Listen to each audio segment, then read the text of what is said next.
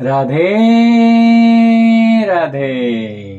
मैं अभिषेक भटनागर एक बार फिर अपने चैनल गॉड इज माइंड पर आप लोगों का हार्दिक स्वागत करता हूं।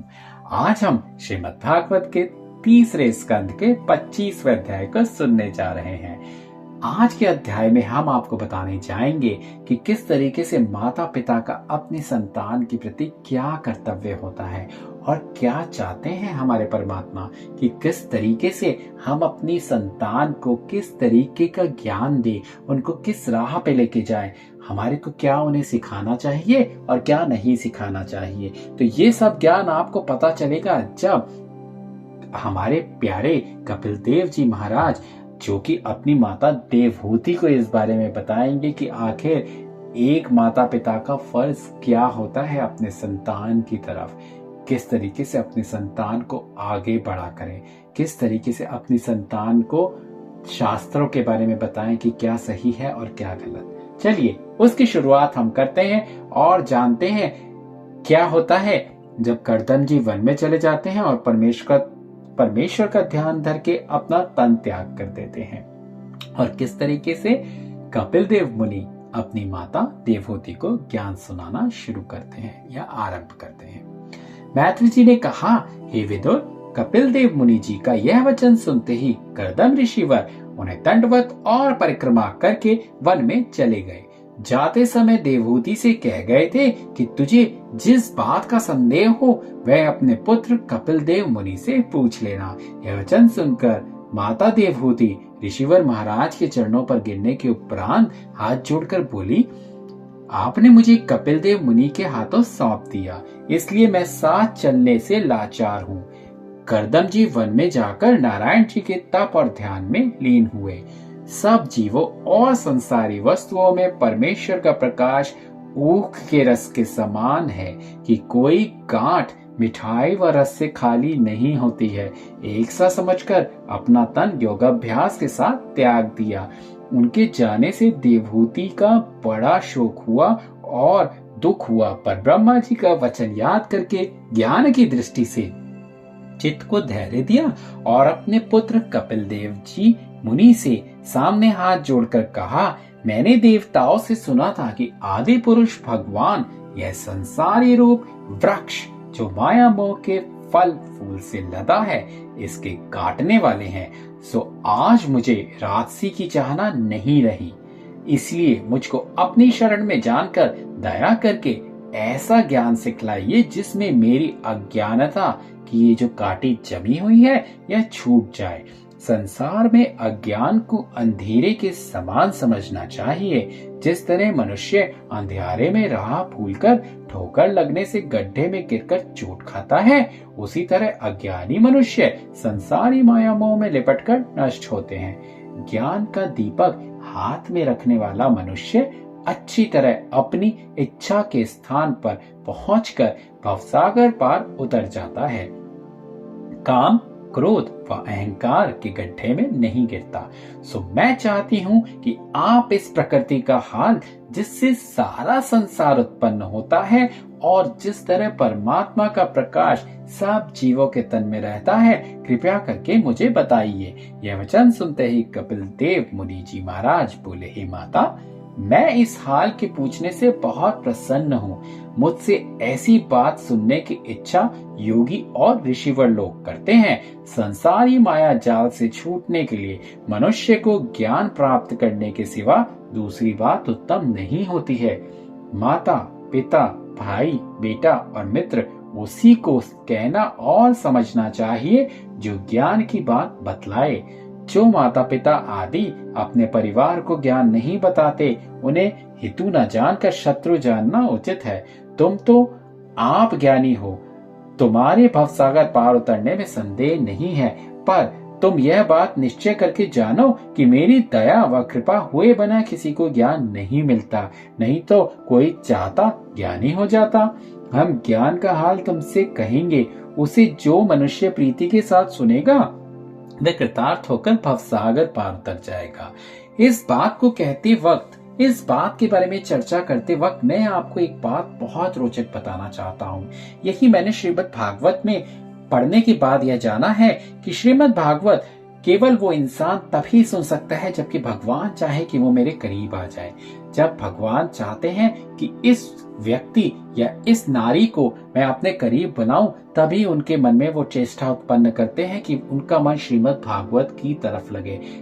यकीन करके मानिएगा, यदि भगवान कभी नहीं चाहते कि किसी को कि वो मेरे से करीब आए या मैं उस पे अपनी दृष्टि फेरूं, तब तक ऐसा नहीं हो सकता कि आप श्रीमद् भागवत सुने। मैं आपको एक उदाहरण के साथ कहना चाहता हूं। आज मैं इस श्रीमद् भागवत कथा की श्रृंखला को YouTube चैनल के माध्यम से चाहता हूं कि बहुत सारे लोगों तक ये पहुंचे, परंतु यकीन मानिएगा, जिस तरीके से मुझे पता लगता है कि कितने लोग इसको सुन पा रहे हैं, जैसे मुझे मालूम चलता है उसमें कितने व्यूज आ रहे हैं, तो मुझे इस बात की कोई चेष्टा नहीं है कि मेरे को बहुत सारे व्यूज आए या बहुत लोग इसको देखें। अपितु मैं जानता हूं जिसको मेरे भगवान चाहेंगे वही इसको सुनेगा, और जिसको मेरे भगवान नहीं चाहेंगे उसको चाहे तो एक बार वो सुन ले, शायद वो दूसरी बार उसे सुनने की चेष्टा भी ना करे।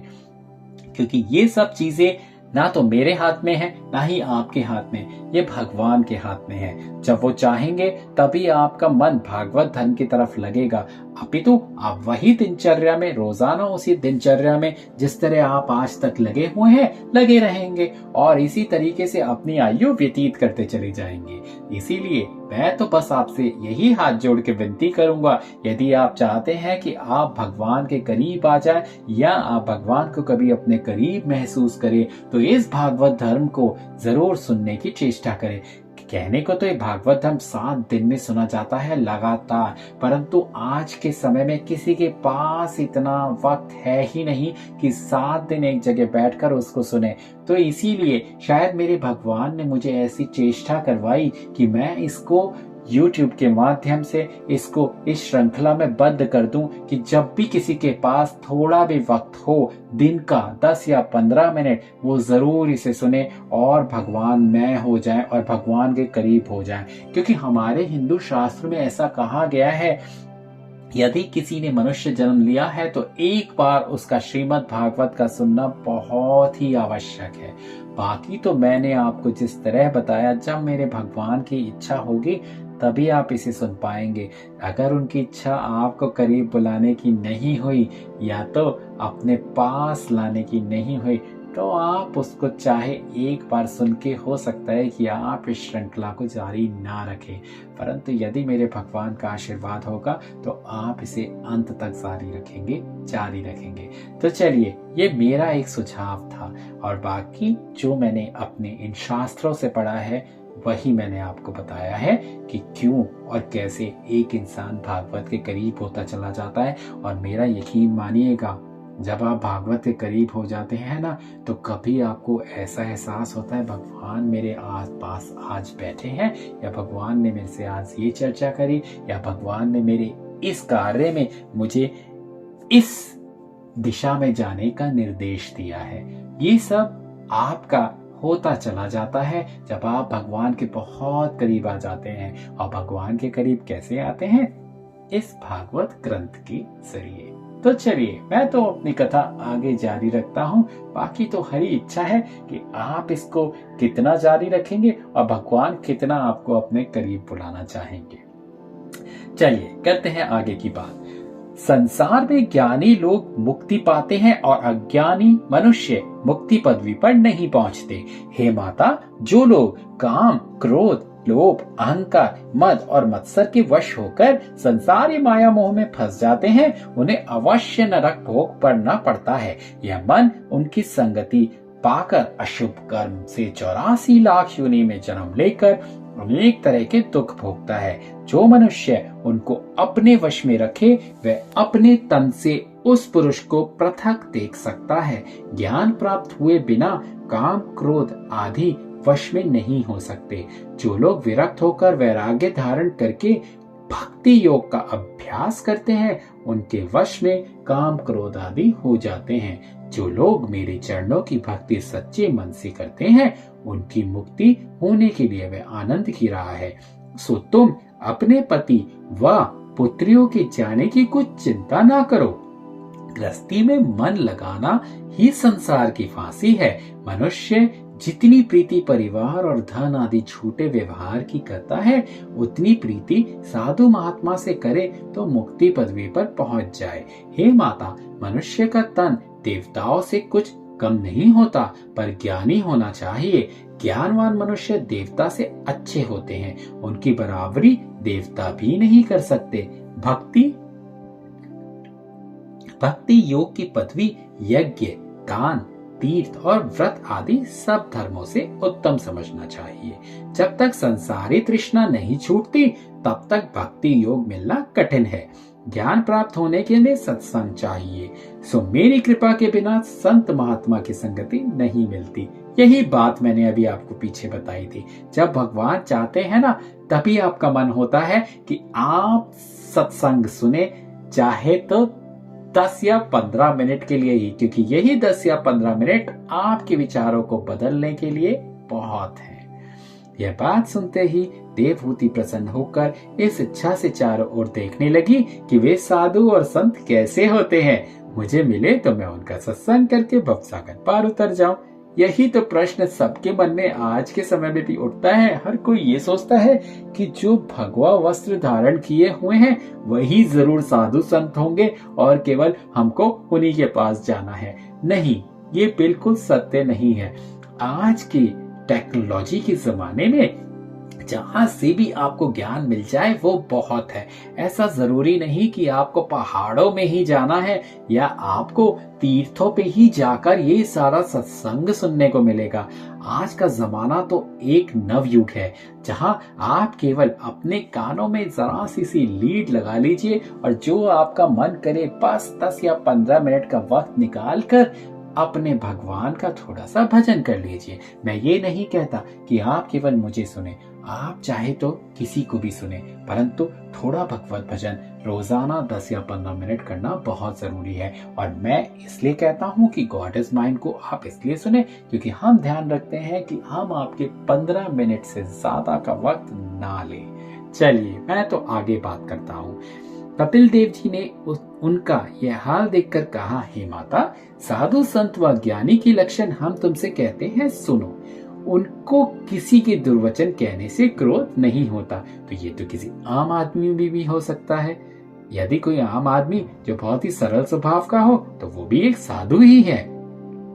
निंदा व स्तुति करना दोनों उनके निकट बराबर है, क्योंकि वे सबके तन में परमेश्वर का प्रकाश एक साथ देखते हैं और दुखी मनुष्य को देखकर उनके हृदय में दया आ जाती है। वे सब जीवों के साथ मित्रता रखते हैं और किसी से शत्रुता नहीं करते और दिन रात हरि चरणों में ध्यान लगाकर मेरी कथा व कीर्तन सुनने का प्रेम उनको 8 पहर बना रहता है।